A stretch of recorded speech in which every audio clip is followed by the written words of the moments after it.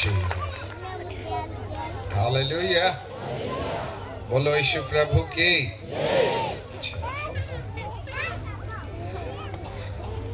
सनातन परमेश्वर को धन्यवाद देते हैं, उसकी आराधना करते हैं कि परमेश्वर पिता ने आज हम सबको ये विशेष अनुग्रह दिया है कि इस 3 दिवसीय क्रिसमस के पावन पर्व के बहाने हम एक उस महान ख्रीस्त जयंती को देखो।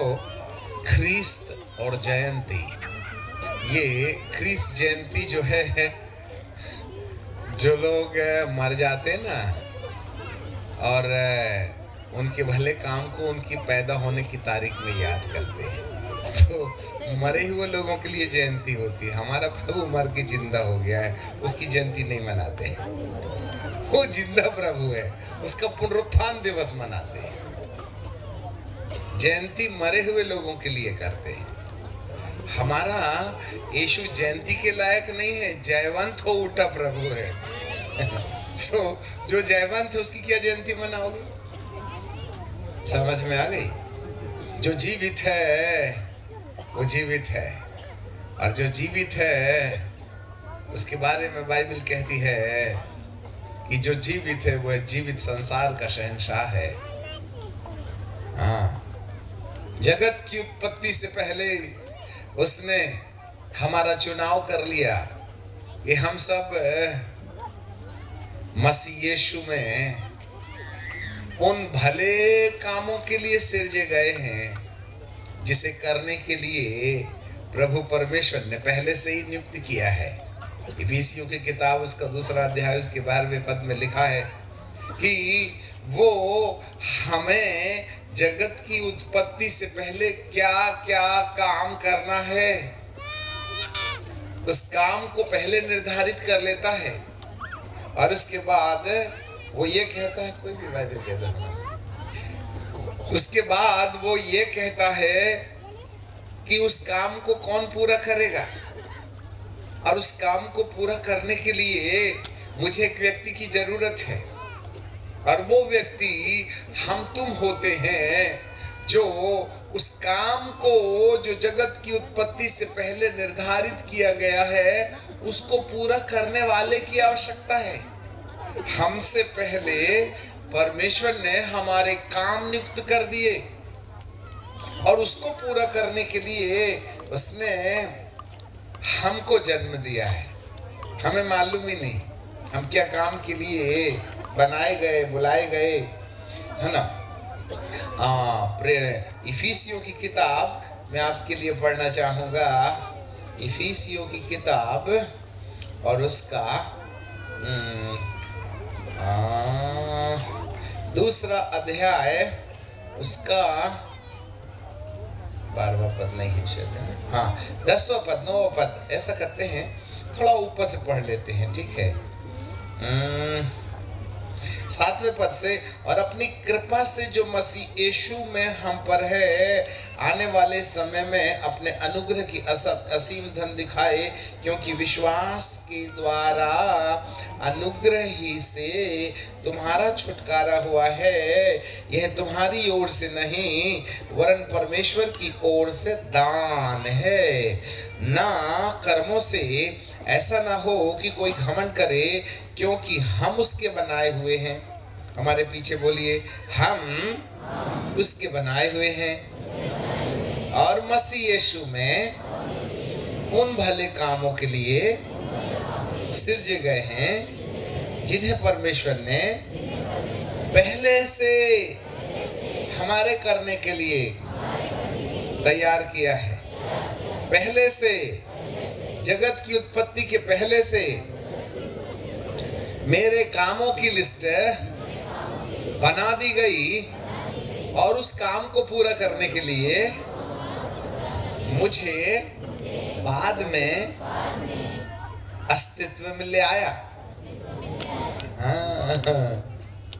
हम पैदा हुए काम बाद में नहीं, काम हमारे पहला है, और उसको पूरा करने के लिए हम पैदा हुए हैं। आपको मालूम हो जिंदगी में वो कभी नहीं भटकेगा। वो इंसान जो अपने पैदा होने के कारण को जानता है। और यदि हमने अपने पैदा होने के कारण को नहीं जाना तो धरती के सबसे अभागे इंसान है। अंग्रेजी कितने ही बोल लो, कितने ही बड़े महारथी हो जाओ, हिटलर के समान धरती पर जेब में रखो, जमीन के कीड़े नाक से दिमाग खा के कान से निकल के क्या बोलेंगे? मजा नहीं आया। हालेलुया। धरती को जेब में रखने वाला इंसान जमीन के कीड़ों का ब्रेकफास्ट, लंच और डिनर बन गया। क्या फायदा दुनिया जेब में रखे, आखिर गए ना 6 फीट की गहराई में, पर वहां से निकल के 1 भी इंच बाहर नहीं आए। ऐसे अभागे इंसान को अभागा न कहें तो क्या कह दें? मेरे प्रियो, उसमें हमारा भी नंबर लग सकता है यदि हमने अपने पैदा होने के कारण को नहीं जाना। हर एक व्यक्ति धरती पर बड़ा अनमोल है, उसको परमेश्वर ने पर्पसफुली पैदा किया है। हम एक्सीडेंटली पैदा नहीं हो गए, माँ बाप के शौक फरमाने से हमारा जन्म नहीं हुआ, वरन हमारे पीछे परमेश्वर की एक महान योजना है। और जो उस योजना को समझ लेता है कौन सा काम, और आपको मालूम है ये काम हमको उस समय समझ में आता है जब उस काम को करने वाला व्यक्ति उस काम को जान जाए जिस काम के लिए परमेश्वर ने उसको धरती पर पैदा किया। और जब वो पैदा हो जाता है तो उसने हमारा उद्धार किया, अच्छे कर्मों के कारण नहीं, वरन विश्वास के द्वारा, अनुग्रह ही से हमारा उद्धार, साल्वेशन, उद्धार होने के लिए उद्धार नहीं है, उद्धार इसलिए है कि मसीह यीशु में तुम्हारे लिए एक काम की लिस्ट आपके पैदा होने से पहले बना दी गई है। याद रखिएगा, मसीह में हमारे लिए एक काम है, एक कामों की लिस्ट है, जिस कामों को पूरा करने के लिए ही हमारा जन्म हुआ है। और जो उस काम को करने में सफल हो जाता है वह धरती का सबसे सुरक्षित इंसान है। और ऐसे व्यक्ति को कोरोना तो आकर के बाल बच्चे दे गया, परंतु उसके माँ बाप जो अभी आने वाले हैं ना, वो भी हमारा कुछ नहीं बिगाड़ सकते। जिसको निपटना है वो निपटे, हम तो जिंदा रहेंगे, क्योंकि हम जिंदा रहने के लिए पैदा हुए हैं, मरने के लिए पैदा नहीं हुए। इसलिए आज मैं आपको डराना नहीं चाहते हैं, परंतु चेतावनी तो जरूर देना चाहते हैं। क्रिसमस का पर्व मनाने का जो व्यापार है उसका समय अब खत्म हो गया है। एक महान क्रिसमस आ रहा है, एक बड़ा भारी आपको मालूम है अरे गधे के ऊपर में बैठ के आने वाला यीशु का समय खत्म हो गया, अभी घोड़े में बैठ के आएगा वो। हाँ, और घोड़े में शाऊल भी जा रहा था कलीसिया सताने। प्रभु ने बोला, ए कहाँ जा रहा, इधर आ, इधर आ, कहाँ जा रहा है? कलीसिया सताने। नीचे कर। घोड़े में बैठता, मेरी सवारी तेरे को समझ में आया नहीं क्या? उतर नीचे। ऐसा करके छुक छुक ऐसे रोशनी चमकाया ना तो जमीन में धड़ाम से, उसके बाद तो उसको मोतियाबिंद हो गया, चश्मे से भी ना दिखावे। वो तो अच्छा हुआ हननिया वहां था, उसने कहा टेंशन मत ले, आ गया हूँ, तेरे को दूसरी आंख मिलेगी। और उसके जब उसने दुआ किया ना, उसकी आंख के छिलके गिरे तो वो क्या बोलता, प्रभु आज के बाद घोड़े में नहीं बैठूंगा, गधे में तूने बैठना सिखा दिया है। और उसके दिन से जब वो गधे में बैठना शुरू किया ना तो उसको प्रभु दिखने लगे। अरे घोड़े में बैठो, नीचे उतरो, गधे में बैठना शुरू करो, प्रभु के दर्शन हो जाएंगे। और जिस दिन प्रभु के दर्शन हो जाएंगे, मुसीबत कहेगी, सुन लिया, देख लिया, अब तो मेरे को दूसरा कैंडिडेट ढूंढना पड़ेगा। जाएगी मुसीबत, लौट के कभी नहीं आएगी। जिसकी आंखें खुल जाती है, मौत उसको सलाम ठोक के चली जाती है। बीमारी की तो बात ही छोड़ दीजिएगा। हालेलुया। एक ऐसा महापर्व आ रहा है जिसकी तैयारी हमें कर लेना चाहिए। आज हम भविष्यवाणी से भरे हुए वचन आपको कहना चाहते हैं जो आपके जीवन के अंदर लागू होगी। इसलिए बड़ी सभ्यता से अब सांस बांध करके सांस लेना बंद कर दो 1 घंटे तक और ध्यान से सुनना। पैर में सांप भी लिपट जाए तो 7 बजे के बाद बाहर झाड़ेंगे, टेंशन मत लेना। यदि उसने लव यू भी कर दिया ना तो जिंदा करने वाला प्रभु हमारा है। पर आखिरी शाम थोड़ा ध्यान से प्रभु का दिल, उसके दिल में क्या है इसको सुन लीजिएगा तो प्रभु आपको बड़ी आशीष देने वाले हैं। ठीक है ना। कई दर्शन हमारे माथे में गूंज रहे हैं, सीक्वेंस में बताएंगे। बाइबल तो घर में भी तुम पढ़ लेते हो और बाइबल के बहुत शिक्षक धरती पर हैं और उसकी दिल की बात निकाल के बताने वाले लोग इरले बिरले हैं। इसलिए हम भविष्यवक्ताई दर्शन को आपके सामने बांटना चाहते हैं जो कल घटेगा। और ये घटना तय है। परमेश्वर बोला घटना ना घटे, ऐसा हो नहीं सकता।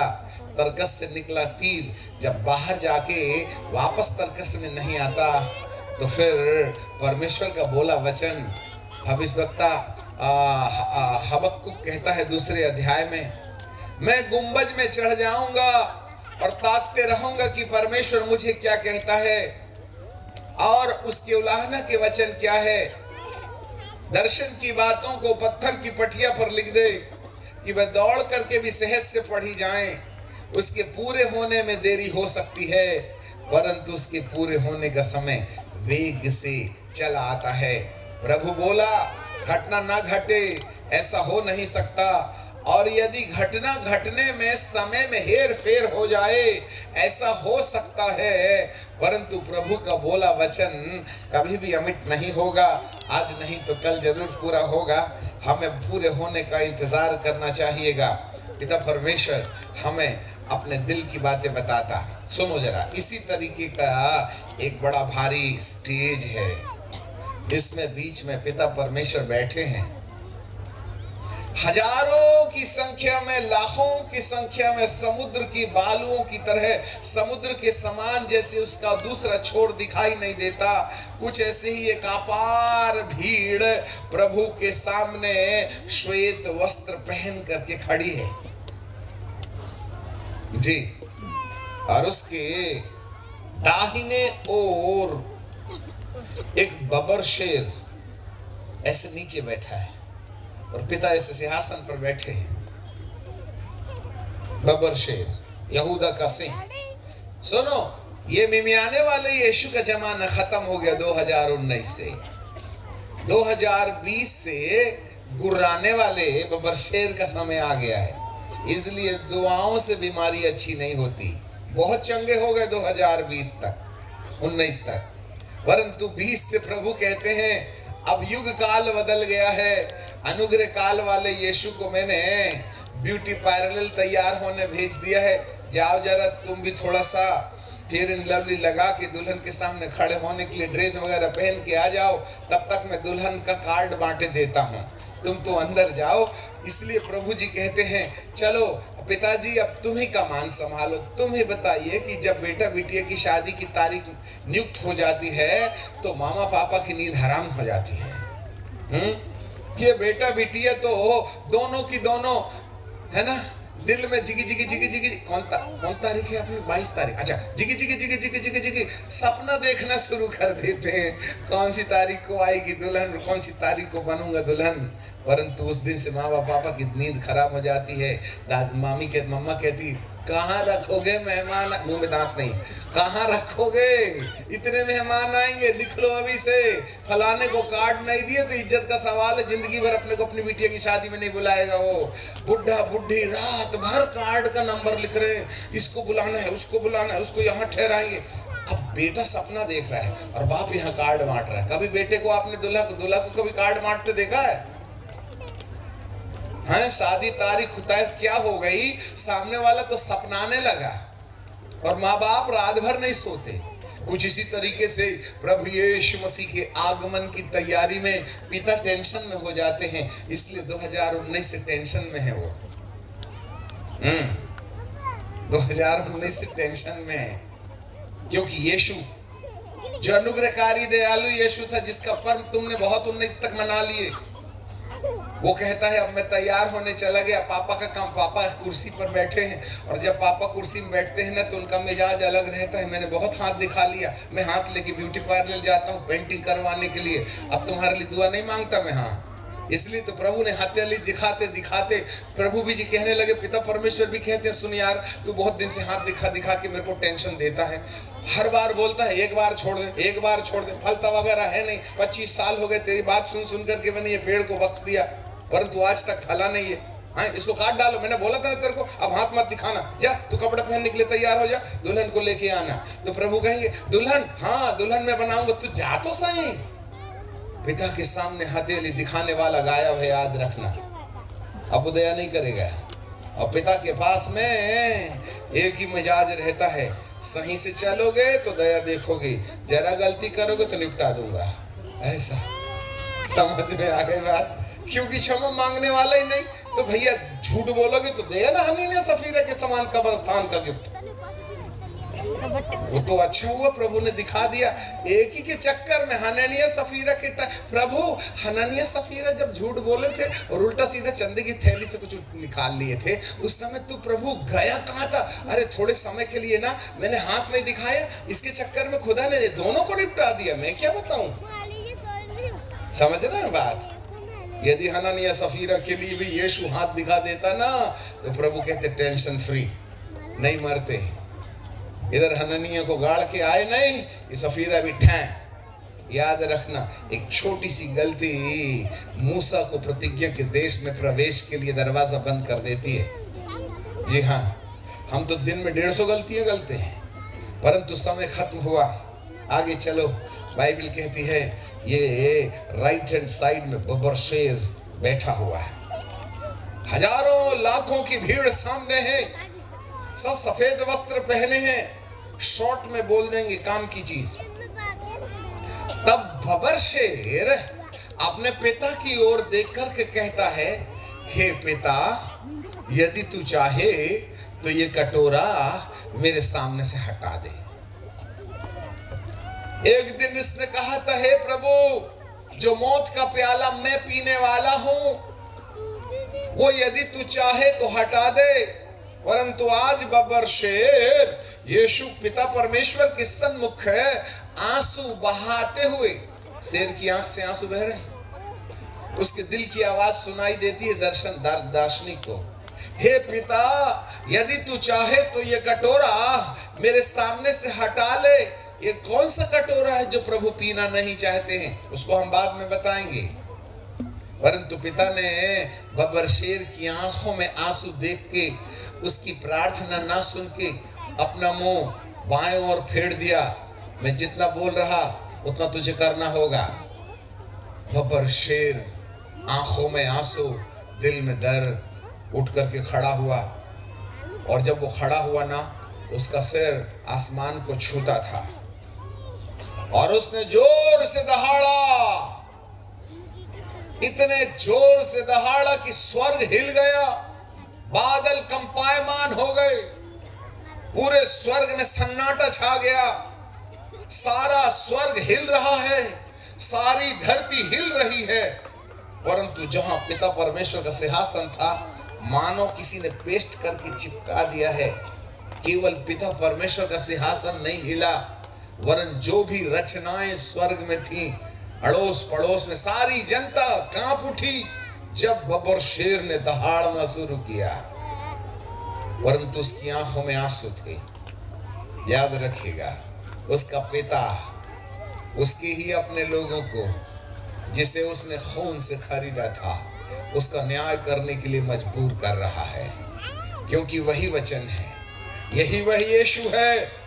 जब यीशु के चेले सामने वाले गांव में गए थे परमिशन लेने के लिए कि हमारा गुरु यहां से जाएगा, परंतु वहां गांव के लोगों ने कहा, ना तू ना तेरे गुरु यहां से जाने पाएंगे। वे यीशु के पास आए और कहने लगे, स्वामी, हमको 5 मिनट के लिए दुआ करने का मौका दीजिएगा। ये सामने वाला गांव का नाम नहीं लिखा है बाइबल में, गांव ने हमको और तुझको जाने से रास्ता रोक दिया है, हमको 5 मिनट दुआ करने के लिए आज्ञा दो, हम स्वर्ग से आग गिराएंगे पिता से विनती करके और ये वाले गांव का केक बनाएंगे। तो प्रभु यीशु दहाड़ के कहते हैं, तुम नहीं जानते कि तुम किस आत्मा के हो। मनुष्य का पुत्र नाश करने के लिए नहीं परंतु बचाने के लिए आता है। ये था वह मिमियाने वाला यीशु जो हर एक को न्याय से बचा रहा था। मैं बचाने आया हूं, मैं नाश करने नहीं आया। परंतु एक जगह बाइबल कहती है, मैं तुम्हें दोषी ठहराने नहीं परंतु मेरे अंदर जो परमेश्वर का वचन है वह तुम्हें दोषी ठहराएगा, मैं नहीं। The word of God is going to judge you. I am not. मैं नहीं करूंगा। मैं तो दया का स्वामी हूं, मैं तो दया का स्वामी हूं। हर बार यीशु हथेली दिखा दिखाकर परमेश्वर के क्रोध को ठंडा करते रहे। इस साल इस पेड़ में फल न लगे तो तू अगले साल काट डालना। इस साल यदि पेड़ में फल न लगे तो अगले साल काट डालना। नहीं मालूम यीशु ने कितने बार उस पेड़ को जिसमें फल नहीं थे उसको नहीं काटने के लिए परमेश्वर को अपनी हथेली दिखाई थी। परंतु आज प्रभु जी कहते हैं, अब मैं तेरी हथेली नहीं देखूंगा, क्योंकि बहुत समय हो गए इस पेड़ में फल नहीं लगे। अंजीर के पत्ते जरूर हरे थे। यीशु फल की आशा से गया था मरकुस के 11 में, परंतु पत्तों को छोड़ करके कुछ नहीं पाया। आपको मालूम है आज मसीहत की जिंदगी में ढोंग और धतूरे के पत्ते हैं। बुढ़ा मीटिंग, बच्चा मीटिंग, अमकी मीटिंग, धमकी मीटिंग, क्रिसमस मीटिंग, ये सब पत्ते हैं भाईजान, पत्ते हैं। ये धार्मिकता का दिखावा है, दिखावा। इससे हमारी आत्मिकता नजर नहीं आती। ढोल बजाने से आया नया वर्ष आया। अरे नया वर्ष का दिन तो जाने दे, उसी नए वर्ष की रात को बोतल खोलेगी, काय का नया वर्ष आया। यहां से निकल, अपनी गर्लफ्रेंड को साथ में झड़िया के पीछे ले जाएगा रात को, जब मीटिंग 10 बजे छूट जाएगी। मेरा मालिक तेरी सारी फोटो अंधेरे में भी खींचता, याद रखना। ये क्रिसमस मनाने से कुछ नहीं होता।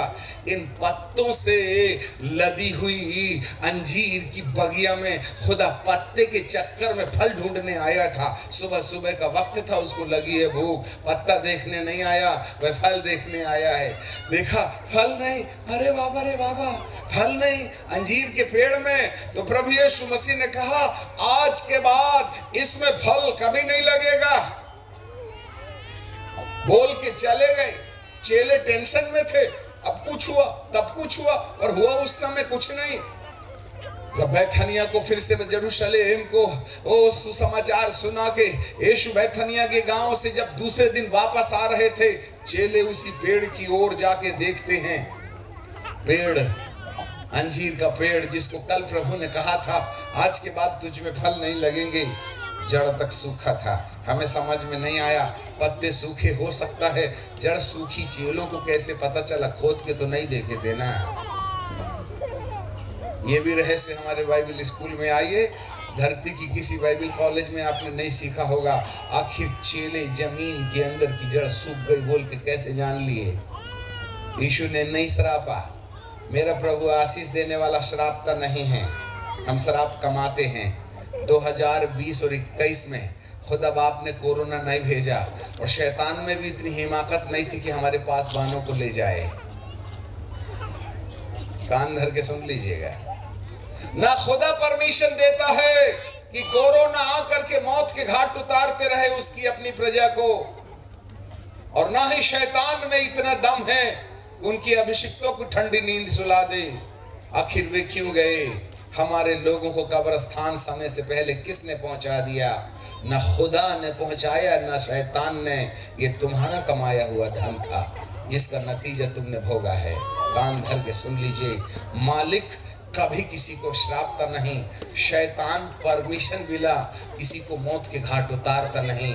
और यदि वो उतार रहा है, यदि कोरोना की महामारी 2020-21 इसमें बहुतों को मौत के घाट उतार रही है। इसमें न खुदा का कमाल है न शैतान का, परंतु हमने जो परमेश्वर के वचन की सच्चाई जानने के बाद भी ढिठाई से जिंदगी जी है। हमने मोबाइल नहीं छोड़े, व्यभिचार नहीं छोड़ा, अत्याचार नहीं छोड़ा, व्यभिचार नहीं छोड़ा, अपनी पत्नी को पीटना नहीं छोड़ा, अपने माँ बाप के आंसू बहाए हैं। कितने लोग आज माता पिता अपने बच्चों को जवान और अपनी बहुरानी के साथ में रहने के बजाय ओल्ड एज होम ढूंढ रहे हैं, क्योंकि उनको सुबह 5 बजे नाश्ता देने वाला कोई नहीं। क्योंकि तुम्हारी बहुरानी जो अंग्रेजी बोल के लाए हो ना तुमने, वो 8 बजे तक सोती है। दादा तो सुबह 5 बजे से प्रार्थना करते हैं, उनको 10 बजे नाश्ता मिलता है। बदनसीब बेटो, तुम्हारे बुढ़े और बुढ़ियां सुबह 7 बजे चाय के लिए ढूंढते हैं। नौकरानी आके चाय देती है, बहुरानी 9 बजे उठती है। हिसाब देना पड़ेगा। बाइबल का परमेश्वर कहता है कोरोना तुमने कमाया है। 2022 खुदा बाप ने हमको मौका दिया था इन 2 सालों की महामारी में चिंतन करने के लिए। ये मुसीबत आई तो आई क्यों, परंतु जब से लॉकडाउन क्या खुल गया है, हम तो उसी मस्ती में फिर से वापस आ गए हैं जहां 2019 में थे। मैं आज के याजकों से पूछता हूं, हमारी अपनी कलीसिया में कितने परिवर्तन हुए कोरोना महामारी के पश्चात? कितना बदलाव हुआ? क्या यूथ बदला? क्या सिस्टम बदला? क्या प्रार्थना का तौर तरीका बदला? सब तो वही है। बल्कि जब से लॉकडाउन हुआ है, आपने ही ऑनलाइन की आदत दे दी है। आधी कलीसिया तो घर में बैठ के सुन लेती पेट्रोल बचाने के चक्कर में। मेरे प्रभु को कुछ नहीं मिला, कलीसिया और बर्बाद हो गई। प्रभु कहता है इतने लोगों को मारने की गलती हो गई। संसार नहीं बदला, बदलने वाले वो अन्य जाति थे जो उसकी खोज में थे। चंद उंगली में चुटकी में गिने हुए लोग सही दिशा पर आ गए। 99.99 लोग वही हैं जहां 2019 में थे। क्या फायदा हुआ तुमको? आज भी भूत नाच रहे हैं, क्या फायदा हुआ? कब से निकाल रहे हैं हम, और कब तक तुम निकालोगे? इनके पीछे के दरवाजे खुले हुए हैं, सारे भूत अंदर से आते हैं। पश्चाताप का तो संदेश है नहीं हमारे पास में। सिर्फ ब्लेसिंग और आशीष के अलावा बोला क्या तुमने उनको? कभी तो छुड़वा देते गर्लफ्रेंड, कभी तो छुड़वा देते दारू, कभी तो माँ बाप की सेवा सिखवा देते, तो कम से कम ये भूत के आने के दरवाजे बंद हो जाते। इसलिए आजकल हमने दुआ करना बंद कर दिया है। सुधर जाओ, भूत निकल जाएंगे। हालेलुया। मेरे प्रभु का मिजाज ठीक नहीं। माफ करना, ये अभिषेक का कमाल है। हम इतने बुरे नहीं, समझ लेना। दिल रोता है अंदर इन लोगों को देख करके। ये कुलाटियां मार रही हैं मेरी बेटियां, दिल दुखता है। हमारा प्रभु कहाँ गया? कितने साल से आप देख रहे हैं ऐसा ही होता है राजस्थान के अंदर में। कोई यहाँ खुदा बाप का अभिषिक्त नहीं है जिसके पास में इतना पावर हो कि दोबारा ये हमारे शहर के अंदर में ना मस्ती करे। कलीसिया में उठा के ले जाना हमारे लिए रास्ता नहीं है। एक शब्द बहुत है इनके लिए, परंतु तरीका होना है। मसीह समाज को देख करके मेरा यीशु रोता है।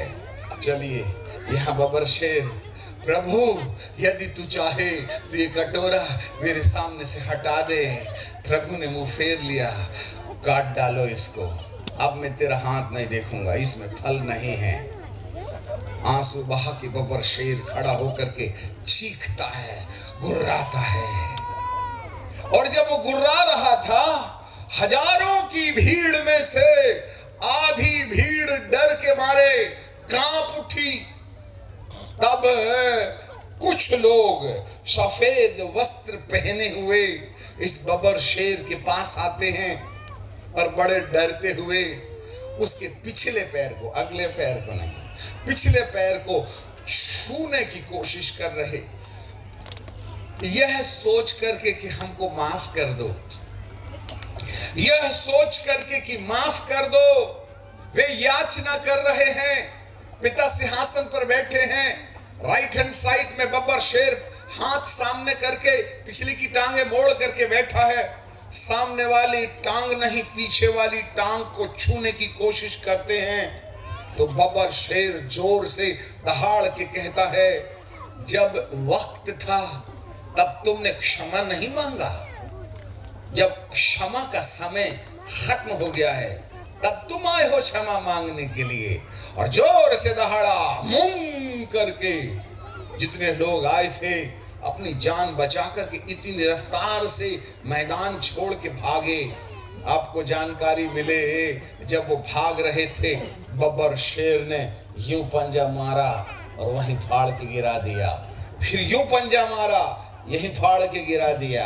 एक सफेद वस्त्र पहना हुआ, ऐसे क्रूस लटकाया हुआ, चेहरा टोटल काला, उसको यूं किया और वहीं फाड़, खा नहीं रहा है, फाड़ के वहीं मार डाल रहा है। फिर वह सफेद वस्त्रधारी को पीछे देखता है, जो प्रेरित है उसके साथ खड़े हुए लोग, उसको कहता है जाओ फाड़ो फाड़ो, सबको फाड़ दो। जिन्होंने वास्तविक क्षमा नहीं प्राप्त की है, बहुत सी भीड़ को फाड़ करके लाशों का ढेर मचा देता है, परंतु उस भीड़ में बड़ी संख्या में बहुत से लोग सफेद वस्त्र पहन के अभी भी खड़े हुए हैं। तब बब्बर शेर सबको फाड़ देने के बाद जब वो वापस आता है, तब वह बची भीड़ को देखता है और यूं देख करके सूंघता है जैसे कोई परीक्षण हो रहा है, और फिर उनको चाटने लगता है। ऐसे करके आंसू आंख में है, शेर उनको चाट रहा है, क्योंकि ये वे लोग हैं जो उसके निर्देश पर चल रहे थे। मानो उनका बच्चा है, मानो उनका भाई है, मानो उसके कोख से पैदा हुए हैं, ऐसे बोल के उनको लाड़ कर रहा है। आधी जनसंख्या को फाड़ दिया। कुछ लोग थे जिनको वह चुम्बन दे रहा है, चुम्बन दे रहा है, चुम्बन दे रहा है। दार्शनिक बब्बर शेर के पास जाता और कहता, हे स्वामी, तूने उनको क्यों फाड़ दिया, इनको क्यों छोड़ दिया? बब्बर शेर सिसकियां भरते हुए कहते हैं, एक दिन मैंने अपना लहू इनके लिए बहाया था और मैंने अपने लहू से धो करके ये उम्मीद की थी कि ये भेड़ के समान मेरे सामने अपना जीवन गुजारें, परंतु इनकी वासना ने, इनके लोभ ने, इनकी लालच ने, इनके विद्रोह ने, इनके अपराधी अस्तित्व ने इन्हें भेड़िया, बकरी, कुत्ता, बिल्ली बना दिया। मैं इन्हें फाड़ने के लिए नहीं, इन्हें मैंने उद्धार दिया कि ये मेमने होते, परंतु ये बिल्ली बन गए, ये कुत्ते बन गए, ये भेड़िए बन गए। इनके कामों ने इनका रूप भेड़िए में बदल दिया।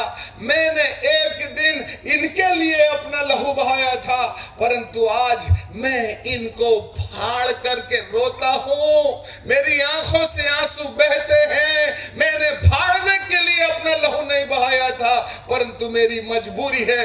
पिता ने मुझे मजबूर कर दिया, जिस पेड़ में फल नहीं है उसको काट डाल, ये मेरा काटना मेरी मजबूरी है। बब्बर शेर रो रहा है, इसी कटोरे को कह रहा था, हे पिता, यदि तू क्षमा, यदि तू चाहे तो ये कटोरा मेरे पास से हटा ले। जिसको अपने खून से खरीदा उसको फाड़ने की मजबूरी क्यों? That is the tears.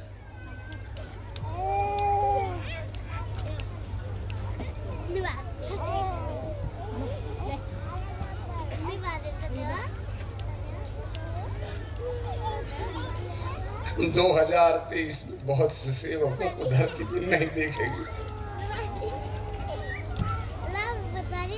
भारी मात्रा में याजकों की कुर्सी खाली होगी। बब्बर शेर जिसने अपना लहू बहाकर तुमको खरीदा, तुम मेमने नहीं हो। कलीसियाओं, जिस यीशु ने अपने खून से तुम्हें खरीद के रखा है मेमना होने के लिए, तुमने मेमने किसी हरकत नहीं की, तुम मेमने का सा आचरण नहीं अपनाए, तुम भेड़िए कैसे आचरण अपनाते रहे। कुत्ते की बीवी नहीं होती है। तूने अपनी पत्नी को छोड़ करके किसी गैर स्त्री के बदन को छुआ है। तूने शादी के पहले गर्लफ्रेंड बना करके जो व्यभिचार किया है, वो यीशु जिसने अपना लहू बहा करके तुझे खरीदा था मेमना होने के लिए, तेरे भेड़िए आचरण को देख करके वो फाड़ने के लिए खुदा बाप से कहता है, हे प्रभु, यदि तू चाहे तो ये कटोरा मेरे सामने से हटा सकता है। परंतु मेरे प्रभु ने उसको कंसीडर नहीं किया। हम कलीसिया की भारी मात्रा में लोगों के मौत के ढेर देखेंगे आने वाले वर्षों में। इसलिए बाइबल का परमेश्वर कहता है, वो बब्बर शेर श्वेत वस्त्रधारियों को फाड़ रहा है। जब वक्त था पश्चाताप करने का, तब तुमने पश्चाताप नहीं किया। अब तुम मेरे पास क्यों आए हो? जाओ, मेरे सामने से निकल जाओ। ऐसे बोल करके बब्बर शेर रो रहा है, बब्बर शेर फाड़ रहा है, बब्बर शेर रो रहा है, बब्बर शेर फाड़ रहा है, बब्बर शेर रो रहा है, बब्बर शेर फाड़ रहा है। ये उसको बर्दाश्त नहीं होता। This was the vision. इसकी नवंबर महीने में मेरे प्रियो, हमारे पास कोई इलाज बाकी नहीं है। पत्तों को देखता है फल की आशा से, परंतु पत्ते को छोड़ करके उसमें फल नहीं थे। आज के बाद इसमें फल नहीं लगेंगे। 24 घंटे का समय था। दूसरे दिन सुबह पेड़ अंजीर का पत्तों से भरी हुई अंजीर की बगिया जड़ तक सूखी थी। चेलों ने कहा, प्रभु जिसको तूने श्राप दिया। प्रभु कहते हैं, मैं कैसे श्राप दूंगा? मैं तो उगाने वाला हूं, मैं तो लगाने वाला हूं, मैं तो पानी सींचने वाला हूं, मैं तो मौसम बनाने वाला हूं, मैं कैसे श्राप दूंगा? जरा बताइए, जब मौसम फल का नहीं है, जब पत्ते हैं फल नहीं है, तो मुझे ये कहने की जरूरत क्यों है आज के बाद इसमें फल नहीं लगेंगे? बाइबल का परमेश्वर कहता है, फल नहीं होना। यदि वो आज फल ढूंढने आए और पत्तों को छोड़ करके फल नहीं मिले, तो प्रभु ये नहीं कहता कि मैं श्राप रहा हूं। प्रभु ये नहीं कह रहा है कि मैं श्राप रहा हूं, परंतु प्रभु ये कह रहा है, जब मैंने फल ढूंढा था, तब फल नहीं था। तुम्हारे त्योहारों से मुझे जी से बैर है। यूहन्ना यशायाह की किताब उसका पहला अध्याय और उसके 15वें पद में, तुम्हारे नए चांद और पर्व को मनाना मुझे घृणा लगता है। मैं तुम्हारे पर्वों से जी से बैर रखता हूं। तुम कितने ही हाथ फैलाओ, मैं तुम्हारी नहीं सुनूंगा, क्योंकि तुम्हारे हाथ खून से भरे हैं। ये बातें कहकर के प्रभु कहते हैं, इन पत्तों से मुझे लगाव नहीं है, मुझे तो वो फल चाहिए जिस फल को पाने के लिए मैंने पेड़ लगाए थे, परंतु आज फिर फल नहीं है। मैंने तुम्हें मेमना बनाने के लिए उद्धार दिया था, मेमने का सा आचरण अपनाने के लिए तुम्हें उद्धार दिया था, परंतु आज तुम्हारे आचरण भेड़िए के समान है। तुम्हारे आचरण व्यभिचारी हो गए, तुम्हारे आचरण लोभी हो गए, तुम्हारे आचरण माता पिता का अपमान करने वाले हो गए। इसलिए ये मेरी मजबूरी बनती है। मेमना अब गुर्राने वाला सिंह बन गया है। ऐसे दर्शन में प्रभु दिखा रहे हैं। इसका और अगला पिछला हम छोड़ देते हैं, आगे चलेंगे। आज हम एक बात पढ़ना चाहते हैं, आमोस नबी की किताब और उसका 7वां अध्याय और उसके 7वें पद को। दूसरे दर्शन में चलेंगे, और ये जो दूसरा दर्शन है इसी नवंबर दिसंबर के समय प्रभु दे रहे हैं, जो अगले साल की ओर संकेत करता है। इसलिए ध्यान से सुन लीजिएगा। 7:7 में लिखा है, उसने मुझे यह भी दिखाया, मैंने देखा कि प्रभु साहुल लगाकर बनाई हुई दीवार की भीत के पास खड़ा है। उसके हाथ में शाहुल है। और यहोवा ने मुझसे कहा, हे आमोस, तुझे क्या दिखाई पड़ता है? मैंने कहा, एक साहुल। मैंने कहा, देख, मैं अपनी प्रजा इज़राइल के बीच साहुल लगाऊंगा, मैं अब उसको ना छोड़ूंगा। इसहाक के ऊंचे स्थान उजाड़ और इज़राइल के पवित्र स्थान सुनसान हो जाएंगे। मैं यरोबाम के घराने पर तलवार खींचे हुए चढ़ाई करूंगा। बाइबल का परमेश्वर ये दर्शन दिखाते हैं। जरा देखें इस वचन के पीछे जो भविष्यवाणी है। एक बहुत बड़ा शहर है और एक बहुत खूबसूरत बंगला है। बहुत अच्छा बना है। उसके घर के सामने पेड़ पौधे लगे हैं, बरामदे में टाइल्स लगी, दीवार में बेहतर पेंटिंग है, परंतु उस घर के चारों तरफ जो रक्षा की बाड़ थी, उस खूबसूरत नगर के चारों तरफ शहरपना होना चाहिए था। इस घर के बाजू में कुछ दीवारों को कोई तोड़ करके उसके ईंट ले गए और वो दीवारें कहीं से टूटी थी, कहीं छोटा सा टुकड़ा था। दार्शनिक को प्रभु सुंदर घर के बाहर की दीवारें टूटी दिखाते हैं। तब मालिक से पूछा गया, ये दीवार क्यों टूटी है? मालिक बोलता है, इसकी कुछ ईंटें किसी ने चोरी कर लिया था। हमने जो बची दीवार थी, हमारे घर की शोभा बिगाड़ रही थी, उसको भी हमने तोड़ दिया। तब से ये दीवार गिरी